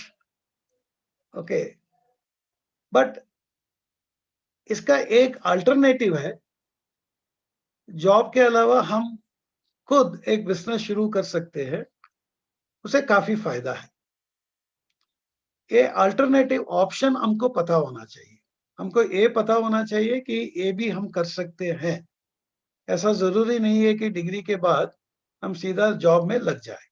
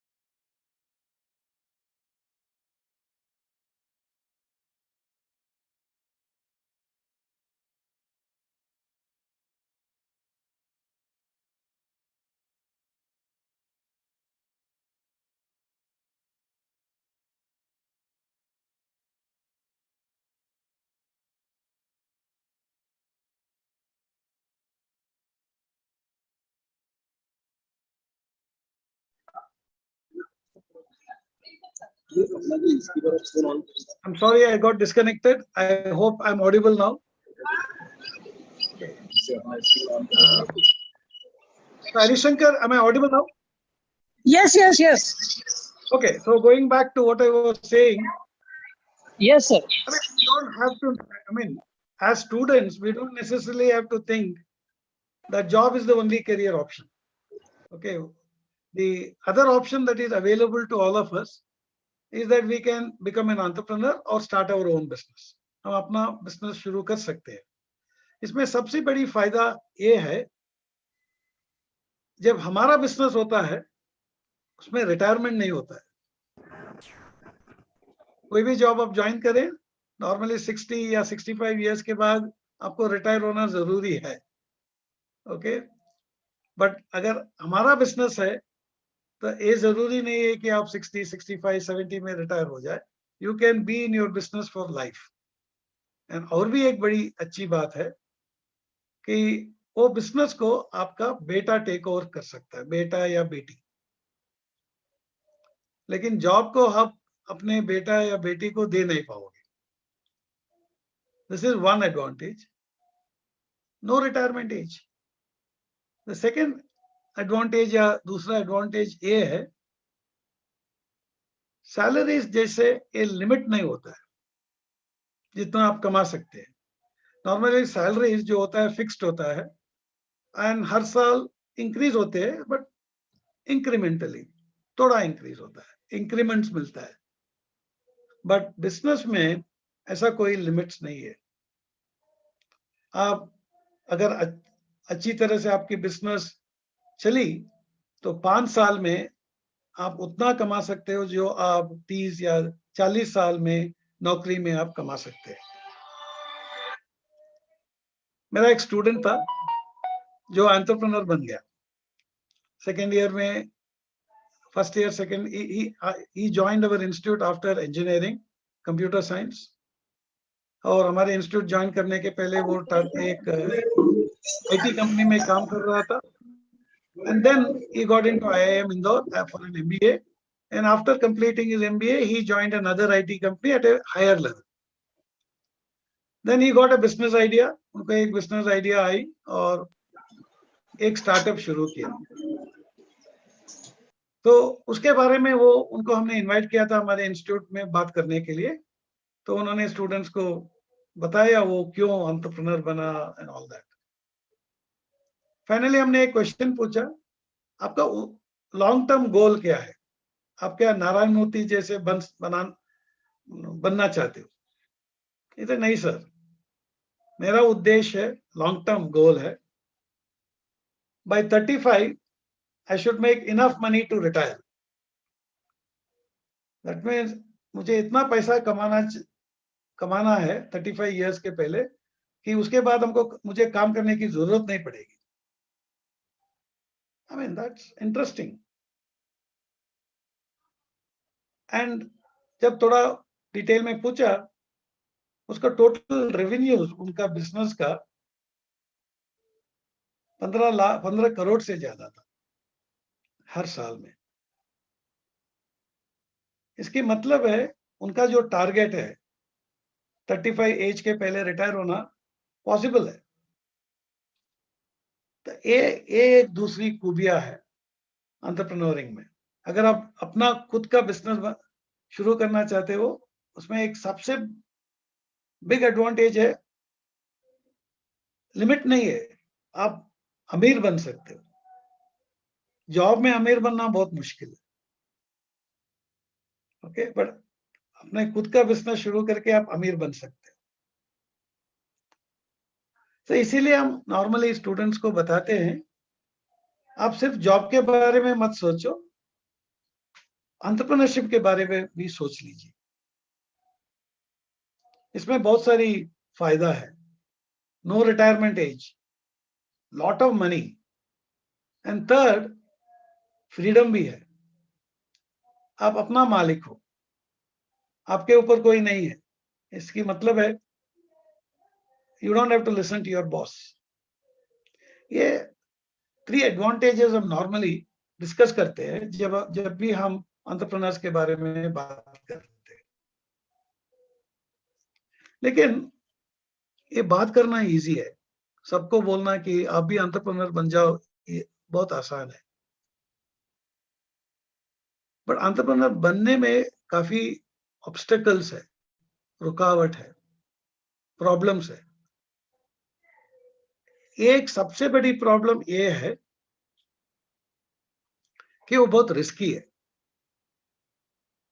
ये गारंटी नहीं है कि आप कोई बिजनेस शुरू करें वो सक्सेस हो जाएगा। गारंटी नहीं, कोई भी गारंटी नहीं दे सकता। एंड आप देखेंगे कि बहुत सारे स्टार्टअप जो है वो पहले 3 साल के अंदर फेल होते हैं। ओके, तो यही एक प्रॉब्लम है, बहुत रिस्की है। अगर हम अपना पैसा उसमें इन्वेस्ट करें और वो फेल हो जाएगा तो काफी नुकसान हो सकता है, इसीलिए डर लगता है, ये रिस्क लेने में थोड़ा डर लगता है। ये एक कारण है जिसकी वजह काफी लोग अपने खुद का बिजनेस शुरू नहीं करते। इंटरेस्ट तो है, सबको इंटरेस्ट है कि वो अमीर बन जाए, सबको इंटरेस्ट है कि वो फ्री है, कोई बॉस नहीं है उनके ऊपर। ओके, ये सब है, लेकिन रिस्क है इसमें। और एक कारण है जिसके कारण वो लोग एंटरप्रेन्योर नहीं बनते, even though if they want to be an entrepreneur, वो है उनके पास रिसोर्सेस नहीं है, फाइनेंस नहीं है, कभी कभी नॉलेज भी नहीं है। तो रिसोर्सेस हम बोलते हैं इसको, पैसा, नॉलेज और भी कुछ, कॉन्टैक्ट्स। तो हमारे पास पैसा नहीं है, we are poor, we don't have contacts, okay, we don't have even knowledge. So how do we become an entrepreneur? That is the problem. That is one of the problems of becoming an entrepreneur, or barriers to becoming an entrepreneur. And the third problem is that you don't know what business to start. पता ही नहीं चलता है क्या business शुरू करें, idea नहीं है। ये 3 वजह है जिसके कारण लोग एंटरप्रेन्योर नहीं बनते। इंटरेस्ट तो है लेकिन फाइनली नहीं बनते। तो व्हाट, अभी नेक्स्ट 5-10 मिनट में I am going to tell you ये 3 ऑब्स्टेकल्स को ओवरकम कैसे करना है, so that you can start your journey to become an entrepreneur. पहला वाला, रिस्क। बिजनेस शुरू करने में रिस्क होता ही है, उसको आप एलिमिनेट नहीं कर पाओगे, लेकिन कम कर सकते हो। मिटिगेट रिस्क हम बोलते हैं, रिस्क को कम करना। ये कैसे करना? बहुत आसान है, एक्सपेरिमेंट करो, रिसर्च करो। रिसर्च मतलब और मार्केट के बारे में डिटेल्स फाइंड आउट करो। तो एक एक्सपेरिमेंट का एग्जांपल दे देता हूं आपको। मेरे पास एक स्टूडेंट आया था जो फार्मर्स कम्युनिटी का था, वो आंध्रा से आया था, वो हमारे स्टूडेंट था, बट पुअर फार्मर नहीं, रिच फार्मर का बेटा था। तो वो मुझे बताया, सर मैं मेरे विलेज में देख रहा हूँ, वो पैडी ग्रो करते हैं, वो मिडिलमैन आते हैं, पैडी को परचेज करते हैं फार्मर से, राइस मिल से, मैं राइस मिल को सेल कर देते हैं, राइस मिल वाले उसको मिल करके राइस को रिटेलर्स के पास या होलसेलर के पास बेच देते हैं। एंड मैंने चेक किया, राइस का रिटेल प्राइस जो है 40-50 रुपए, और फार्मर्स जो मिलता है उसमें काफी गैप है। प्रॉब्ली फार्मर्स को 10 रुपए मिलता है किलो, फाइनल प्राइस 40-50 रुपीज या ज्यादा भी है। तो मेरा एक आइडिया है कि मैं अपना खुद का एक राइस मिल शुरू करना चाहता हूं, और मैं डायरेक्टली फार्मर से खरीद लूंगा, पैडी मिल करके रिटेलर्स या होलसेलर्स को बेच दूंगा। एंड काफी मार्जिन है, समझ लीजिए 50 रुपए का रिटेल प्राइस आप 40 रुपए में होलसेलर को दे सकते हो, और फार्मर्स को 10 रुपए 30 रुपए है, लॉट ऑफ मनी पर किलो। इसे मेरा एक इंटरेस्ट भी है कि फार्मर्स को भी ज्यादा पे करें, 10 के बदले में 15 या 20। ऐसे बहुत अच्छा आइडिया है। So why don't you start? शुरू क्यों नहीं करते हो? तो डर लगता है। क्या डर? एक राइस मिल स्टार्ट करने में 3 से 5 करोड़ रुपए की इन्वेस्टमेंट चाहिए। ऐसा नहीं कि हमारे पास पैसा नहीं है, एक मेरे फैमिली से मुझे 2 या 3 करोड़ मिल जाएगा, और बाकी 1 या 2 करोड़ जो मुझे चाहिए वो बैंक से लोन ले लूंगा, मिल जाएगा वो भी। जब मैं 3 करोड़ इन्वेस्ट कर रहा हूँ, बैंक 2 करोड़ आराम से लोन दे देंगे। But what if the business does not succeed? अगर फेल हो गया तो 5 करोड़ का इन्वेस्टमेंट की बात है, इसीलिए डर लगता है मुझे। तो मैंने सजेस्ट किया एक काम करो, एक्सपेरिमेंट करो। पहले आप 1000 किलो का पैडी ले लो, ओके। 1000 किलो पैडी कितना होता है? 10 क्विंटल, ओके। बहुत महंगी भी नहीं है। If you are saying 10 rupees, it going only cost you 10,000 rupees. Take it to the rice mill, वहां मिल कराओ उसको, convert paddy to rice, and वो राइस को take it to the wholesaler and try to sell it. अगर एक हो गया, then try to get money from the rice mill, sorry, wholesaler. Supposing you get the money, एक cycle हो गया. Start the second cycle. This time buy 20,000 kilos of paddy. Okay, 200 quintals. वो भी ज्यादा costly नहीं है, 2 लाख है maximum.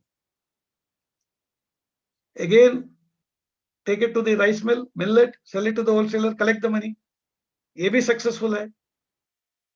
Third time, buy 50,000 kgs of paddy and try the same thing. If all the 3 experiments succeed, then risk ज्यादा नहीं है. अगर कोई प्रॉब्लम आना है, ये 3 एक्सपेरिमेंट के अंदर आ जाते थे. अगर हो सकता है वहां एक लॉ है कि ये मिडिलमैन के सिवा कोई और खरीद नहीं सकता है पैडी, या इसको सिर्फ मंडी में जाके बेचना है, या हो सकता है एक माफिया है मिडिलमैन का जो आपको खरीदने नहीं देंगे. ये एक्सपेरिमेंट करते वक्त आपको पता चल जाएगा. हो सकता है इसमें प्रॉब्लम नहीं है खरीदने में, बट बेचने में प्रॉब्लम है. वो जो है होलसेलर्स, वो बोल रहे हमारे पास काफी लोग हैं जो हमको राइस दे देते हैं, हम और एक आदमी नहीं चाहिए, हमको और एक सप्लायर की जरूरत नहीं है. तो ऐसा कोई भी प्रॉब्लम जो है बिजनेस में जो आ सकता है आगे, वो पहले ही आपको पता चल जाएगा अगर आप एक्सपेरिमेंट करेंगे. तो मेरा एडवाइस है, अगर आपके पास कोई भी बिजनेस का आइडिया है, शुरू करने के पहले एक्सपेरिमेंट करना अच्छा है, पर्टिकुलरली जब इन्वेस्टमेंट हाई है. अगर इन्वेस्टमेंट 1-2 लाख का है तो आप एक्सपेरिमेंट ऐसे भी डायरेक्टली भी जंप इन कर सकते हैं. But if the investment is running into crores, I think you should experiment. This is one way of mitigating risk. Another way of mitigating risk, you gain experience in the industry. Go and work for a rice mill. Go and work for a middleman. तो पता चल जाएगा उसमें क्या problem है. ऐसा काफी methods है जिससे आप अपना रिस्क को कम कर सकते हो. ये सब करने के बाद रिस्क कम ही है, तो you can start your business. This is about risk. Second is about resource. आपके पास पैसा नहीं है तो क्या करें. पहले ये बहुत बड़ी मुश्किल थी, बट नाउ इतना डिफिकल्ट नहीं है. अगर आपके पास एक अच्छा बिजनेस आइडिया है, उसके लिए पैसे देने के लिए काफी लोग रेडी है. नंबर 1, अगर आपका प्लान क्लियर है, आपका भी कुछ पैसा है, देन बैंक्स आपको लोन दे देंगे. नंबर 2, एंजल इन्वेस्टर्स नाम के कुछ लोग हैं जो अच्छे आइडिया को बैकअप करते हैं और इन्वेस्ट करने के लिए तैयार है. आप पढ़ सकते हो एंजल इन्वेस्टर्स के बारे में. तीसरा है वेंचर कैपिटलिस्ट. एंड देन इसके आगे most important, you have government. Government has got a number of schemes through which they try to help entrepreneurs. समझ लीजिए आपके पास एक बहुत अच्छा आइडिया है, आपको एक प्रोटोटाइप बनाना है, सैंपल बनाना है चेक करने के लिए. अगर आपका इनोवेटिव आइडिया है, गवर्नमेंट के स्कीम के थ्रू आप इसको फंडिंग मिल सकता है, ग्रांट मिल सकता है, लोन नहीं ग्रांट. तो पहले जैसा नहीं है, अभी रिसोर्स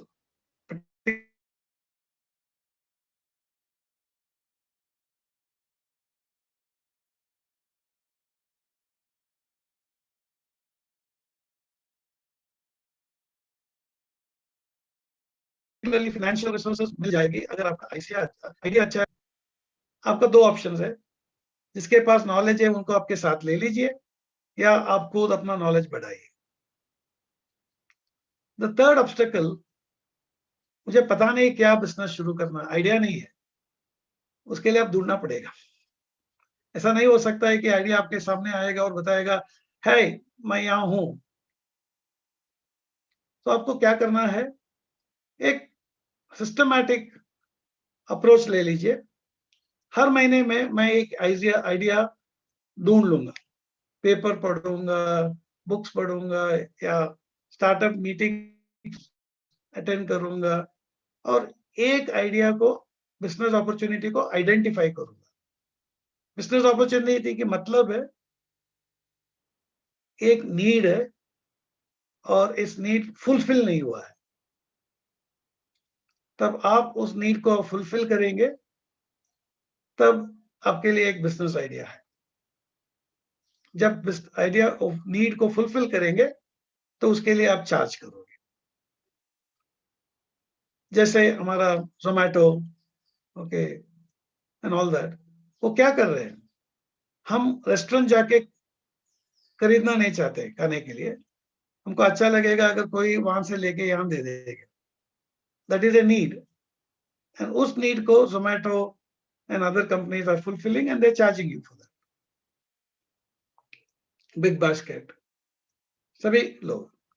तो आपको पहले एक नीड आइडेंटिफाई करना चाहिए which is not fulfilled, unsatisfied demand और अनसैटिस्फाइड नीड, एंड उसको आप अगर उसको फुलफिल कर सकते हो, then that is a business opportunity because you can charge for it.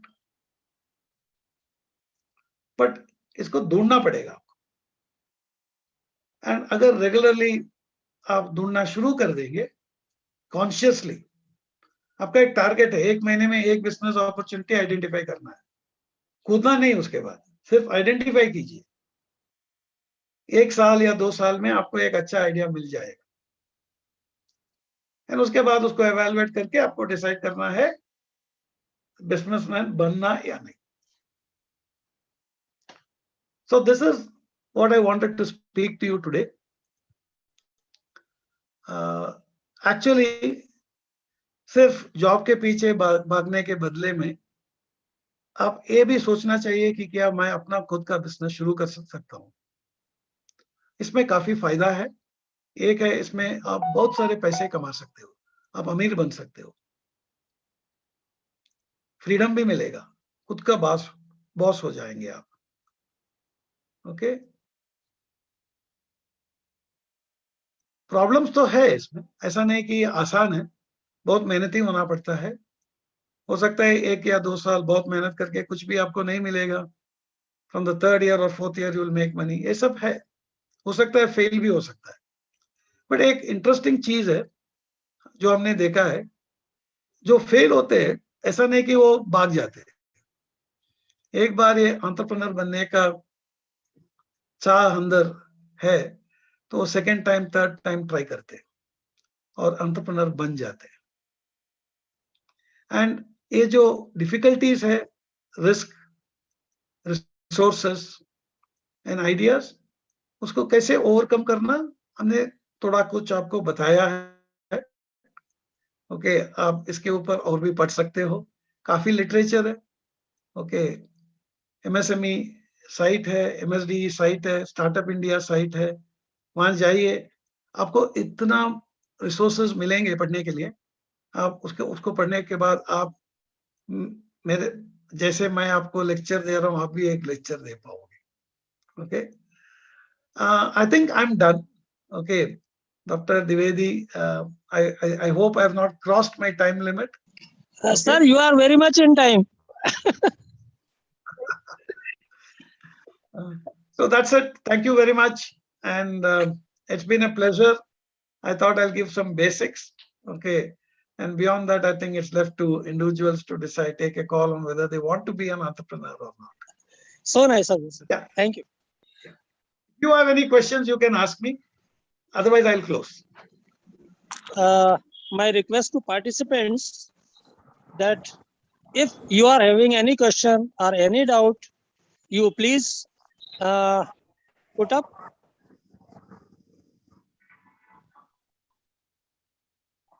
So, sir, thank you very much. Thank you, sir. Thank you so much. It's been a pleasure. Thank you very much. Thank you all. And it is a pleasure for us to have you with us.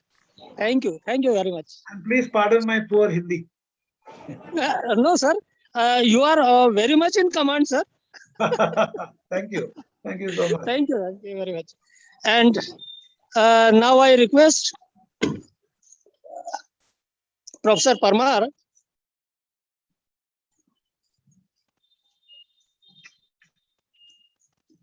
to please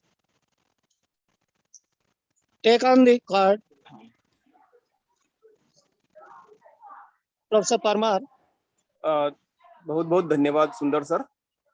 इसके उपरांत में शासकीय माधव विज्ञान महाविद्यालय के प्राचार्य महोदय doctor अर्पण भारद्वाज जी को मैं आमंत्रित करता हूं कि वे अपना संक्षिप्त उद्बोधन दें। कृपया भारद्वाज सर। नमस्कार आदरणीय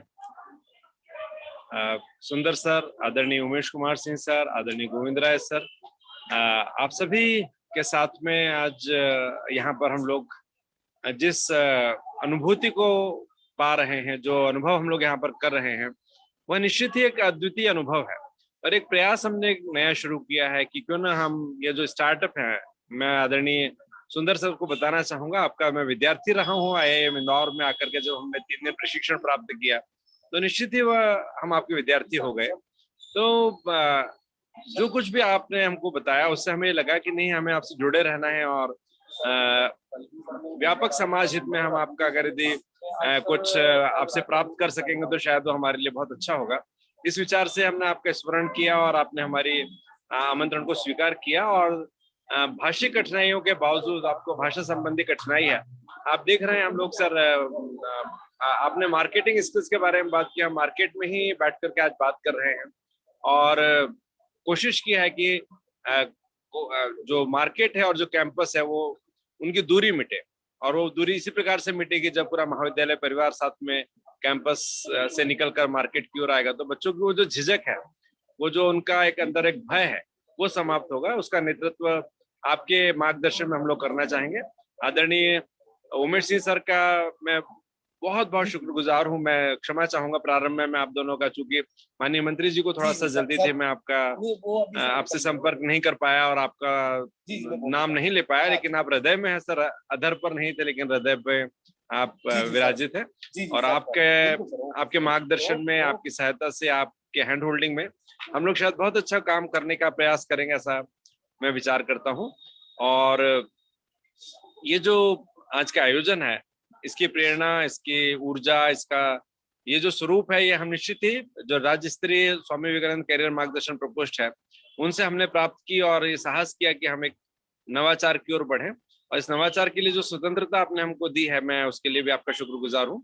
मैं आदरणीय सुंदर सर, आदरणीय उमेश सिंह सर, आदरणीय गोविंद राय सर, आदरणीय माननीय मंत्री जी, जैसा कि उन्होंने कहा कि वे माधव विज्ञान महाविद्यालय में आकर के बहुत आनंद का अनुभव करते हैं और हम भी पूर्णता को प्राप्त करते हैं जब वे हमारे साथ होते हैं। तो महाविद्यालय पूर्ण हो जाता है जब वे कार्यक्रम में होते हैं।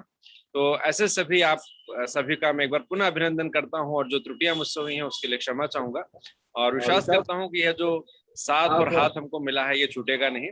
धन्यवाद। Thank you. धन्यवाद भारद्वाज सर। मैं इसके उपरांत डॉक्टर प्रदीप लाखरे जी, जो जिला नोडल अधिकारी हैं स्वामी विवेकानंद कैरियर मार्गदर्शन प्रकोष्ठ के, मैं उन्हें आभार प्रदर्शन के लिए आमंत्रित करता हूं। कृपया प्रदीप लाखरे जी आभार प्रदर्शन करने के लिए आप पधारें। प्रदीप लाखरे सर, आपसे विनम्र अनुरोध है कि आप आभार प्रदर्शन करने के लिए आप पधारें। प्रदीप लाखरे सर।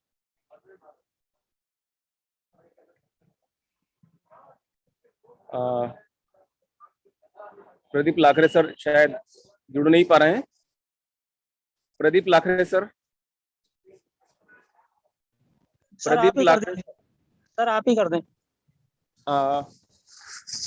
आज के इस विशिष्ट कार्यक्रम में जो शासकीय माधव विज्ञान महाविद्यालय के NSS और कैरियर मार्गदर्शन प्रकोष्ठ और स्वस्तिक महिला कोऑपरेटिव सोसाइटी उज्जैन के माध्यम से जो संयुक्त तत्वाधान में जो आज का कार्यक्रम हुआ, उसमें पधारे मुख्य अतिथि महोदय डॉक्टर मोहन यादव जी, विनोद व्यास जी एवं अन्य सभी गण्यमान्य नागरिक एवं हमारे मुख्य अतिथि, विशेष अतिथि, विशिष्ट अतिथि महोदय, मैं सभी का हार्दिक आभार व्यक्त करता हूं। ऐसे ही आप सभी का हमें सहयोग प्राप्त होता रहे और हम महाविद्यालय परिवार की तरफ से मैं आपका हार्दिक आभार व्यक्त करते हैं। धन्यवाद। जय हिंद।